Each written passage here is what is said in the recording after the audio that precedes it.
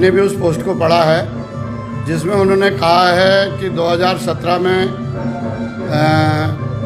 मैं खुद रामनगर लड़ना चाहता था और रंजीत रावत ने जिद करी तो मैं अपने बड़े भाई और अपने आदर्श, किसी समय के आदर्श नेता हरीश रावत जी के संज्ञान में लाना चाहूँगा कि उन्होंने खुद स्वयं मुझसे कहा था कि सल्ट में तुमने बहुत सारे विकास कार्य कराए, उसके बाद भी सल्ट वालों ने तुमको हरा दिया।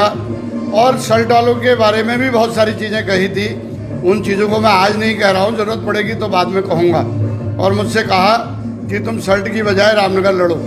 जब मैंने रामनगर तैयारी शुरू कर दी तो लास्ट में उन्होंने अपनी मंशा एक दिन जाहिर की कि तुम सल्ट चले जाओ। मैंने कहा जी मैं फुटबॉल नहीं हूँ, मैं पहले आपने कहा रामनगर लड़ो और अब करो सल्ट चले जाओ, तो ये संभव नहीं है। ये मैंने ज़रूर कहा और मैं हमेशा अपनी बात पर टिकता हूँ, जो कहता हूँ उसको करता हूँ। मुझसे एक ही गलती हुई है कि इस बार मैं अपने कुछ साथियों के समझाने की वजह से पार्टी का वास्ता दे करके उन्होंने मुझे जो है सल्ट जाने के लिए सहमत कर दिया। वो मेरी राजनीतिक भूल थी बड़ी इस बीच।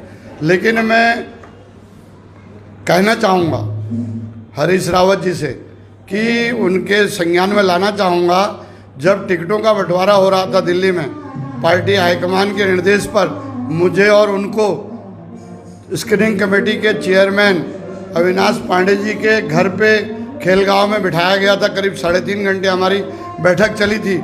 उस दिन भी उन्होंने पांडे जी से कहा था कि रंजीत ने सल्ट में बहुत सारे विकास कार्य कराए, लेकिन सल्ट वालों ने इसको हरा दिया, इसलिए मैंने इससे कहा कि तुम रामनगर लड़ो। यानी इस बात के गवाह हमारे स्क्रीनिंग कमेटी के चेयरमैन अविनाश पांडे जी भी हैं। और मैं कहना चाहूँगा, ऐसा नहीं है कि कहने के लिए कुछ अल्फाज नहीं हैं, लेकिन सिर्फ यह है कि एक अल्फाज लिहाज भी है। मैं बहुत लिहाज अभी तक किया है, बहुत कम चीज़ें कही हैं, लेकिन आज मैं कहना चाहूँगा कि हरीश रावत बड़ी मासूमियत से झूठ बोलते हैं और किसी भी नए राजनीतिक कार्यकर्ता को, नेता को अफीम चटा देते हैं और अपने सम्मान में ले लेते हैं। मेरा नशा खुद 35 साल में टूटा और जिन लोगों को उन्होंने इस समय टिकट के नाम पर ठगा है और एक बहुत बड़ी धनराशि इकट्ठी की है, वो लोग उनके चक्कर काट रहे हैं। कुछ के पैसे उनके मैनेजर लौटा चुके हैं और कुछ लोग अभी उनके चक्कर काट रहे हैं। ये सारी चीज़ें सामने आएंगी। वो झूठ बोलते हैं मासूमियत से, पहले लोग समझते नहीं थे, अब लोग समझने लग गए हैं। और मैंने साल भर पहले एक बयान दिया था कि हरीश रावत की मनोदशा ठीक नहीं है, उनको आराम की ज़रूरत है। मैं आज फिर अपनी उस बात पे कायम हूँ। उन्होंने पिछले सल्ट उपचुनाव से पहले एक बयान दिया था कि सल्ट में भाजपा को वॉकओवर दे देना चाहिए। क्या कांग्रेस के CWC मेंबर और राष्ट्रीय महामंत्री का यही दायित्व है कि वो भारतीय जनता पार्टी को वॉकओवर दे दे?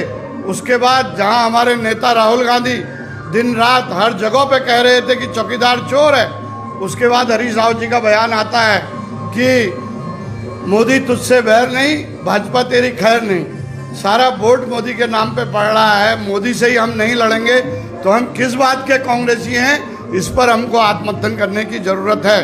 मैं कहना चाहता हूँ, जिस तरह के उन्होंने बयान दिए, मुस्लिम यूनिवर्सिटी, उन्होंने कहा एक कैंडिडेट को, हमारे सम्मानित उम्मीदवार को, पहले उसके टिकट में रोड़ा लगाया, जब उसका टिकट हो गया तो उसको हराने के लिए उसके विरोध में जो व्यक्ति था उससे उन्होंने जो है वादा कर लिया कि हम मुस्लिम यूनिवर्सिटी बनाएंगे, जिस मुस्लिम यूनिवर्सिटी को प्रधानमंत्री और उत्तर प्रदेश के मुख्यमंत्री योगी आदित्यनाथ ने अपनी पूरे देश सारे जहाँ चुनाव थे सारी सभाओं में कहा और उत्तराखंड में आकर भी कहा और बीजेपी के लोगों ने उसको घर घर तक पहुँचाया।